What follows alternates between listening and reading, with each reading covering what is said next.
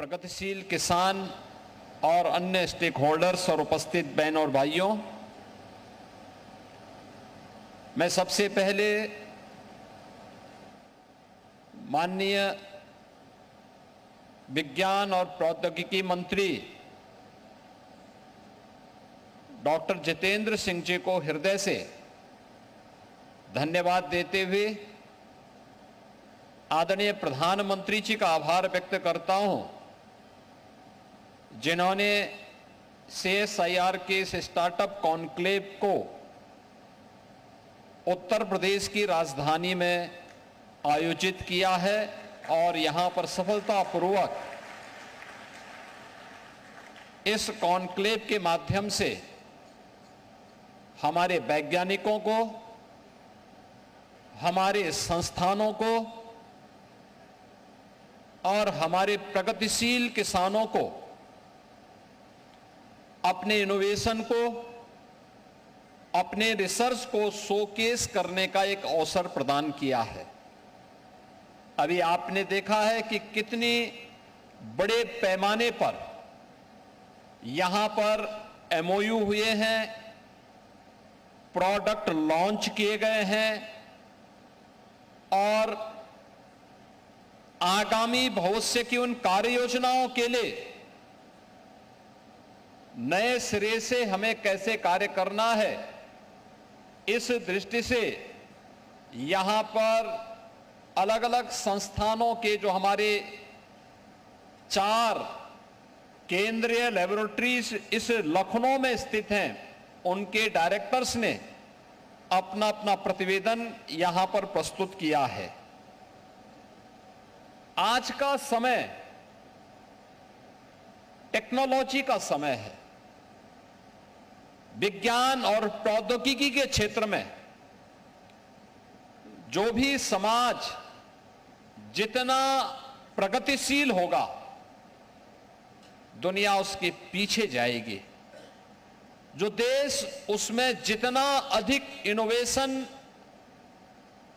और research and development को बढ़ावा देगा, वही दुनिया को लीड करेगा, दुनिया को वही नेतृत्व प्रदान करेगा। और ये हमारा सौभाग्य है, CSIR की 4 महत्वपूर्ण लैब्स NBRI, CDRI, IITR और CMAP, ये उत्तर प्रदेश की राजधानी लखनऊ में हैं, जिनके द्वारा अपनी स्थापना काल से लेकर के अब तक अनेक प्रकार के ऐसे शोध किए गए हैं जो किसानों की आमदनी को आगे बढ़ाने के साथ साथ आम नागरिक के मन में, आम नागरिक के जीवन में व्यापक परिवर्तन करने के कारक बने हैं। स्टार्टअप कॉन्क्लेव हमारे लिए इस दृष्टि से अत्यंत महत्वपूर्ण है, क्योंकि जब हम स्टार्टअप की बात करते हैं तो पिछले 11 वर्ष में भारत के अंदर एक नए स्टार्टअप इकोसिस्टम को हम लोगों ने पनपते हुए देखा है। अगर आप दुनिया के अंदर देखेंगे तो US और UK के बाद भारत तीसरा ऐसा देश है जिसके पास सर्वाधिक स्टार्टअप हैं। दुनिया के अंदर भारत का नंबर तीसरे नंबर पर आता है। और अगर भारत के अंदर हम देखेंगे तो 1,90,000 हमारे पास ऐसे स्टार्टअप मौजूद हैं पूरे देश के अंदर, जिनके माध्यम से जो प्रधानमंत्री जी की पहले दिन से ये संकल्पना थी कि हमारा युवा जॉब सीकर नहीं बल्कि जॉब क्रिएटर बने, तो उस जॉब क्रिएटर का आधार कोई बन सकता है तो स्टार्टअप इकोसिस्टम बन सकता है, जिसके लिए आज यहां पर पिछले 2 दिनों से लखनऊ वासी, उत्तर प्रदेश के विभिन्न संस्थानों के और उद्योग जगत से जुड़े हुए जो हमारे उद्यमी हैं, संस्थानों के प्रमुख हैं, प्रगतिशील किसान हैं, जो पिछले 2 दिनों से इस पूरे कॉन्क्लेव का पार्ट बने हैं। उन्होंने बहुत नजदीक से इसको देखने, एग्जीबिशन का निरीक्षण करने, नए नए प्रोडक्ट जो आज लॉन्च किए गए हैं इन्हें देखा होगा, इसको समझा होगा और उसकी ताकत का एहसास भी किया होगा। मुझे बताते हुए प्रसन्नता है कि देश के अंदर उत्तर प्रदेश इस स्टार्टअप कॉन्क्लेव को आगे बढ़ाने में एक बड़ी भूमिका का निर्वहन करते हुए दिखाई दे रहा है। उत्तर प्रदेश के अंदर हम लोगों ने स्टार्टअप और उसके इनोवेशन को बढ़ावा देने के लिए तेजी के साथ कार्य किया है। वर्तमान में हमारे पास 17,000 से अधिक स्टार्टअप उत्तर प्रदेश के अंदर कार्यरत हैं, जिनमें 8 यूनिकॉर्न भी हैं। उत्तर प्रदेश में अब तक 72 इनक्यूबेटर्स और 7 सेंटर ऑफ एक्सीलेंस ये भी स्थापित हुए हैं। और मुझे बताते हुए प्रसन्नता है कि अकेले उत्तर प्रदेश सरकार ने यहां पर इनक्यूबेटर्स को प्रोत्साहित करने के लिए 137 करोड़ रुपए की सहायता भी अपनी ओर से इन सभी स्टार्टअप को उत्तर प्रदेश के अंदर उपलब्ध करवाया है। हमें इस बात को ध्यान रखना होगा, आज की नई तकनीक और समाज की डिमांड और राष्ट्र की आवश्यकता के अनुरूप उस प्रकार के अच्छे इकोसिस्टम को डेवलप करने में इस स्टार्टअप की एक बड़ी भूमिका हो सकती है। अलग अलग फील्ड के हो सकते हैं। हम लोगों ने यहां पर पिछले 2 दिनों के अंदर हम लोगों ने CSIR की इस स्टार्टअप कॉन्क्लेव को देखा है, जिसके माध्यम से health care, agri, nutri biotech और एनवायरनमेंट के फील्ड में क्या कुछ ये सभी संस्थान योगदान दे पा रहे हैं, इन सबको हम लोगों ने बहुत नजदीक से देखा है। और इस दृष्टि से उत्तर प्रदेश के लिए ऐसा कौन सा सिस्टम होगा जिसके माध्यम से हम उत्तर प्रदेश को आगे बढ़ाने में अपना योगदान दे सकते हैं। आज मैं देखता हूं उत्तर प्रदेश के अंदर हमारे प्रगतिशील किसानों को थोड़ा प्रोत्साहित किया गया, उसने बहुत कुछ अच्छा करने का प्रयास किया। बहुत सारी जगह प्रगतिशील किसानों ने नए वहां पर लोगों के जीवन में परिवर्तन और उनकी समृद्धि का कारण बनने में अपना योगदान किया है। और पिछले कुछ समय से हम लोगों ने देखा है, अक्सर होता क्या था, हमारा वैज्ञानिक लैब में कोई अनुसंधान करता था, कोई शोध करता था, लेकिन वह लैंड तक नहीं पहुंच पाता था। आपने पिछले दिनों इस बात को देखा होगा, लैब टू लैंड का एक अभियान पूरे देश के अंदर चला था। उत्तर प्रदेश के अंदर भी कृषि क्षेत्र से जुड़े हुए सभी वैज्ञानिक लैब से निकल करके हमारे अन्नदाता किसानों के साथ उनकी लैंड तक पहुंचे थे, उनके सहयोग के लिए खड़े हुए थे। और ये startup conclave lab to industry को आपस में कोलैबोरेशन का एक नया माध्यम बन रहा है। इसमें हमारा उद्यमी और हमारे संस्थान एक नए प्रेरक की भूमिका के रूप में अपने आप को स्थापित कर सकते हैं, क्योंकि यह उद्यमी ही या संस्थान ही उसको मार्केट लिंक करेगा और जो प्रोडक्ट जितने अच्छे तरीके से प्रस्तुत होगा, उसकी मार्केटिंग होगी और उसको मार्केट की सुविधा उपलब्ध होगी, पब्लिक के मन में उसके प्रति उतना ही ज्यादा आकर्षण भी देखने को मिलेगा। और इस नए सिस्टम को आगे बढ़ाने के लिए हम लोगों को इस दिशा में इस नए प्रयास को आगे बढ़ाना पड़ेगा। मुझे बताते हुए प्रसन्नता है कि नई तकनीक और स्टार्टअप प्लेटफॉर्म आज उत्तर प्रदेश के अंदर प्रदान करने का परिणाम क्या रहा है। कि उत्तर प्रदेश एक ग्लोबल टेक का और इनोवेशन के एक नए हब के रूप में अपने आप को स्थापित करते हुए देख रहा है। यानी इस फील्ड में बहुत कुछ हम लोगों ने आगे बढ़ते हुए देखा है और मेरा यह मानना है कि स्टार्टअप और स्टैंडअप की यह जो एक नई व्यवस्था है, यही हमारी आत्मनिर्भरता का कारण बनने वाला है। ऐसा नहीं कि ये चीजें हमारे पास पहले भी बहुत सारी चीजें थी, लेकिन हमने थोड़ा सा उसमें चेंज लाया। आपके सामने एक उदाहरण मैं देता हूं, वह है वन डिस्ट्रिक्ट वन प्रोडक्ट का।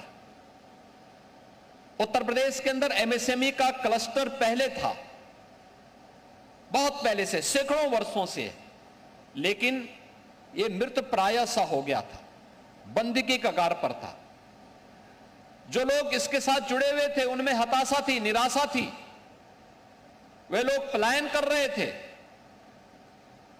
परिणाम क्या था? बड़े पैमाने पे उत्तर प्रदेश से पलायन हो रहा था। यहां का कामगार, यहां का श्रमिक और यहां से युवा बड़े पैमाने पे पलायन करते थे। 2017 में सरकार आने के बाद आदरणीय प्रधानमंत्री जी की प्रेरणा से हम लोगों ने उत्तर प्रदेश के अंदर परंपरागत उद्यम और एमएसएमई के लिए एक नए इकोसिस्टम को डेवलप किया। हमने उसको टेक्नोलॉजी के साथ, डिजाइन के साथ, पैकेजिंग के साथ, मार्केट के साथ जोड़ने, उनके ट्रेनिंग के कार्यक्रम को आगे बढ़ाने और उन्हें स्टेट राज्य सरकार की ओर से आर्थिक सहयोग के साथ जैसे जोड़ा, आज परिणाम है उत्तर प्रदेश के अंदर एक बार फिर से एमएसएमई पुनर्जीवित हो गया है। 96 लाख एमएसएमई यूनिट आज उत्तर प्रदेश के अंदर कार्यरत हैं, जिनमें 2 करोड़ से अधिक लोग कार्य कर रहे हैं और 2 करोड़ से अधिक लोगों के यानी 2 करोड़ परिवारों की आजीविका जिस वन डिस्ट्रिक्ट वन प्रोडक्ट के माध्यम से आज उत्तर प्रदेश के अंदर प्राप्त हो रही है, यानी 10 करोड़ लोग सीधे सीधे उसके साथ जुड़े हुए हैं। आप याद करिए, अगर हमने इस नए जमाने के अनुरूप उसे तकनीक नहीं दी होती, डिजाइन नहीं दी होती, मार्केट की डिमांड के अनुसार डिजाइन नहीं दी होती, अगर हमने उसको पैकेजिंग के साथ नहीं जोड़ा होता और हमने उसको मार्केट के साथ नहीं जोड़ा होता, तो उत्तर प्रदेश का प्रोडक्ट आज देश के अंदर और दुनिया के अंदर धूम नहीं मचा रहा होता। हम आज के दिन पे लगभग 2 लाख करोड़ रुपए के एमएसएमई प्रोडक्ट को देश यानी दुनिया के मार्केट में पहुंचाने का काम कर रहे हैं और दुनिया के अंदर एक्सपोर्ट अकेले उत्तर प्रदेश का एमएसएमई प्रोडक्ट आज के दिन पर देश के अंदर हो रहा है। ये चीजें दिखाती हैं कि सरकार के स्तर पर थोड़ा प्रोत्साहन की आवश्यकता है और उसको आज जैसे ही डबल इंजन की सरकार ने थोड़ा भी प्रोत्साहन देकर के पुशअप किया, परिणाम क्या है कि तेजी के साथ वह एक नया कल्चर उत्तर प्रदेश के अंदर पैदा हुआ, वो आगे बढ़ता हुआ दिखाई दिया है। ऐसे ही स्टार्टअप में है, आज का युवा वो चाहता है कुछ नया करना, वो लकीर का फकीर नहीं बन सकता, वो कुछ नया करना चाहता है, लेकिन उसको उसके अनुरूप वातावरण प्रदान करने का काम इस सोसाइटी का भी है और सरकार का भी है। जब दोनों मिलकर के इस अभियान को आगे बढ़ाएंगे, वह तेजी के साथ इन कार्यक्रमों को आगे बढ़ा सकता है। और मुझे इस बात की प्रसन्नता है कि आज ओडीओपी प्रोडक्ट का परिणाम क्या है। उत्तर प्रदेश के अंदर हमारे पास 77 ऐसे प्रोडक्ट हैं, जनपद 75 हैं। हमने वन डिस्ट्रिक्ट वन प्रोडक्ट कहा, लेकिन हमारे पास 77 ऐसे प्रोडक्ट हैं जिन्हें जीआई टैग प्राप्त हुआ है और वैश्विक मांग जिनकी बढ़ी, यानी ग्लोबल मार्केट में जिनकी डिमांड बढ़ी है। वहां पर हमें सर्टिफिकेशन की आवश्यकता नहीं, क्योंकि जीआई टैग ने उन्हें सर्टिफिकेशन के साथ स्वयं जोड़ दिया है और दुनिया के मार्केट में, ग्लोबल मार्केट में उनकी डिमांड उसके माध्यम से स्वयं बढ़ती हुई दिखाई दी। और मुझे प्रसन्नता है उत्तर प्रदेश के अंदर एनबीआरआई ने, सीडीआरआई ने IITR ने और CMAP ने इस दिशा में कुछ बहुत अच्छा काम यहां पर किया है। और खासतौर पर NBRI के काम को अगर हम देखते हैं तो जैविक खेती और जैव उर्वरकता के लिए इनके द्वारा किया गया कार्य, जिसके माध्यम से 9 लाख एकड़ भूमि में इन्होंने केमिकल फर्टिलाइजर और पेस्टिसाइड को कम करके जैविक प्रोडक्ट की तरफ, जैविक खाद की तरफ किसानों को आकर्षित करने में एक बड़ी भूमिका का निर्वहन किया। और उसका परिणाम हमें विभिन्न प्रकार के फूलों की खेती के माध्यम से देखने को मिलता है। CDRI अलग अलग प्रकार की दवाओं के लिए भी यहां कार्य करता है और इनका लाभ उत्तर प्रदेश के अंदर हमें इसलिए मिलने वाला है। अभी यहां मैं देख रहा था, जब उत्तर प्रदेश के अब्दुल कलाम, हमारे APJ Abdul Kalam technical university के VC के साथ यहां पर केंद्रीय लेबोरेटरी के साथ उनके MOU हो रहे थे। उत्तर प्रदेश के अंदर आज जैसे अब यहां पर CDRI नई दवाओं की खोज में अपना योगदान दे रहा है, हम उत्तर प्रदेश के अंदर एक फार्मा पार्क का निर्माण कर रहे हैं। उत्तर प्रदेश के अंदर हम लोगों ने मेडिकल डिवाइस पार्क के निर्माण की कार्रवाई को तेजी के साथ आगे बढ़ाया है। उत्तर प्रदेश सरकार IIT कानपुर के साथ मिलकर के मेडटेक पर सेंटर ऑफ एक्सीलेंस को विकसित करने का कार्य कानपुर में कर रही है। जैसा हम IIT कानपुर के साथ मिलकर कर रहे हैं, जैसे यहां पर हमारी ये चारों सेंट्रल लेबोरेटरीज उत्तर प्रदेश सरकार के अलग अलग संस्थानों के साथ मिलकर के कार्य कर रही हैं, ऐसे ही हम लोग फार्मा और बायोटेक स्टार्टअप को भी और मजबूती से आगे बढ़ा करके उत्तर प्रदेश को उसके हब के रूप में स्थापित करने में योगदान दे सकते हैं। वह कार्य यहां पर हो सकता है।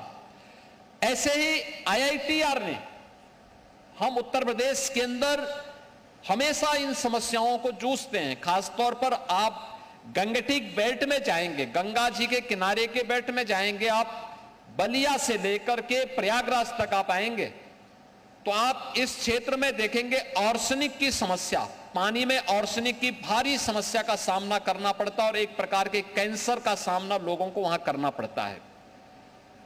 अगर आप यमुना के क्षेत्र में जाएंगे, प्रयागराज के बाद जब आप जाते हैं आगरा से मथुरा के बीच में, भारी पैमाने पर फ्लोराइड की मात्रा यमुना जी के जल में देखने को मिलती है। IITR इस मामले में हम लोगों को एक नए वाटर फिल्टर के रूप में सहयोग देकर के इस कार्यक्रम को इस कार्यक्रम को उन्होंने अपने स्वयं के शोध का केंद्र बनाया है और उसमें उनके द्वारा कार्य किया जा रहा है। और जो CMAP के बारे में यहां पे हमारे केंद्रीय मंत्री जी भी बता रहे थे कि मेथन मिंट क्रांति, यानी जो उत्तर प्रदेश के अंदर पिपरामेंट की खेती होती थी, बाराबंकी उसका केंद्र बना हुआ है। पश्चिमी उत्तर प्रदेश में आप मुरादाबाद, अमरोहा, संबल और बिजनौर में जाएंगे, बड़े पैमाने पे इसकी खेती होती है। उत्तर प्रदेश के अंदर अलग अलग जनपदों में, अवध क्षेत्र में भी काफी बड़े पैमाने पे इसकी खेती होती है।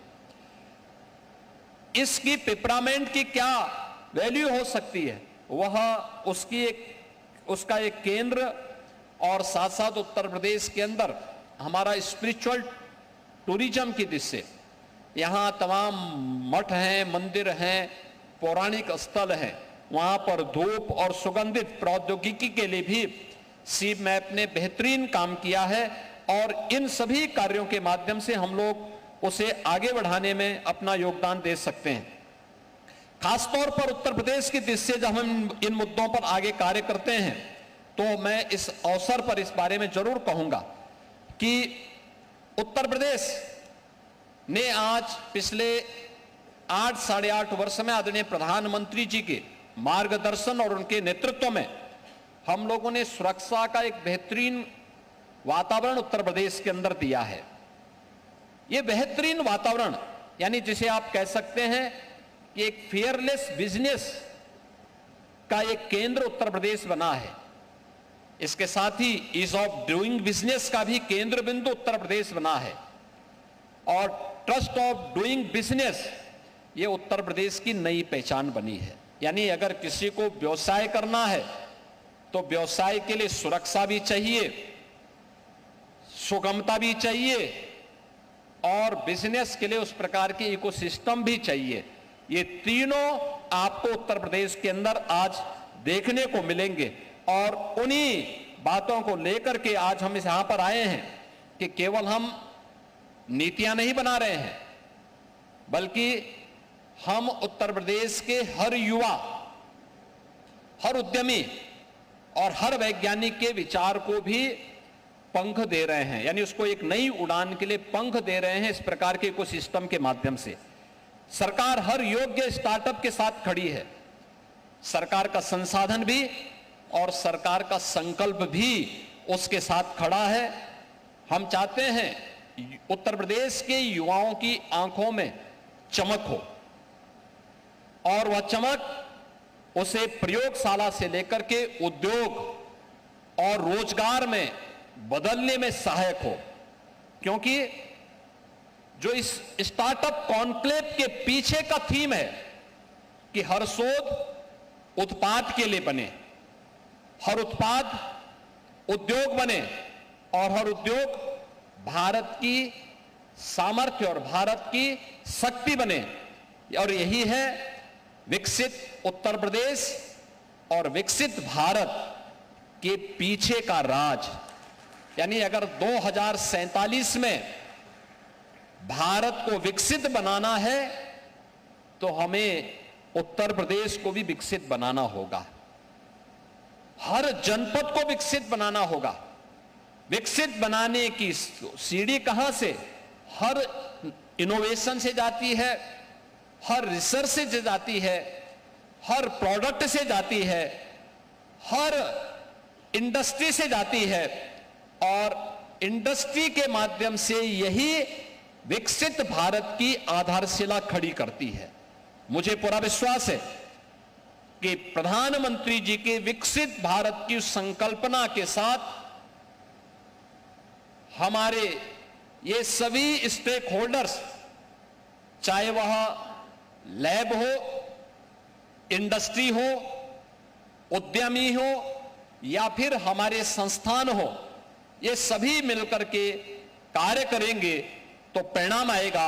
इस विश्वास के साथ मैं केंद्रीय मंत्री डॉक्टर जितेंद्र सिंह जी का और यहां पे अपने चारों जो लेबोरेटरीज हैं, सेंट्रल लेबोरेटरीज हैं, इनके जो डायरेक्टर्स हैं, उनके वैज्ञानिक गण हैं, विभिन्न संस्थानों के प्रमुख और हमारे प्रगतिशील किसान हैं, इन सब का मैं हृदय से अभिनंदन करते हुए धन्यवाद देता हूं माननीय केंद्रीय मंत्री जी को कि उन्होंने इस स्टार्टअप कॉन्क्लेव के लिए उत्तर प्रदेश की राजधानी लखनऊ को चुना और आज वे स्वयं इसके समापन समारोह में यहां पर उपस्थित हुए हैं। आप सबके प्रति मेरी मंगल में शुभकामनाएं हैं। धन्यवाद। जय हिंद।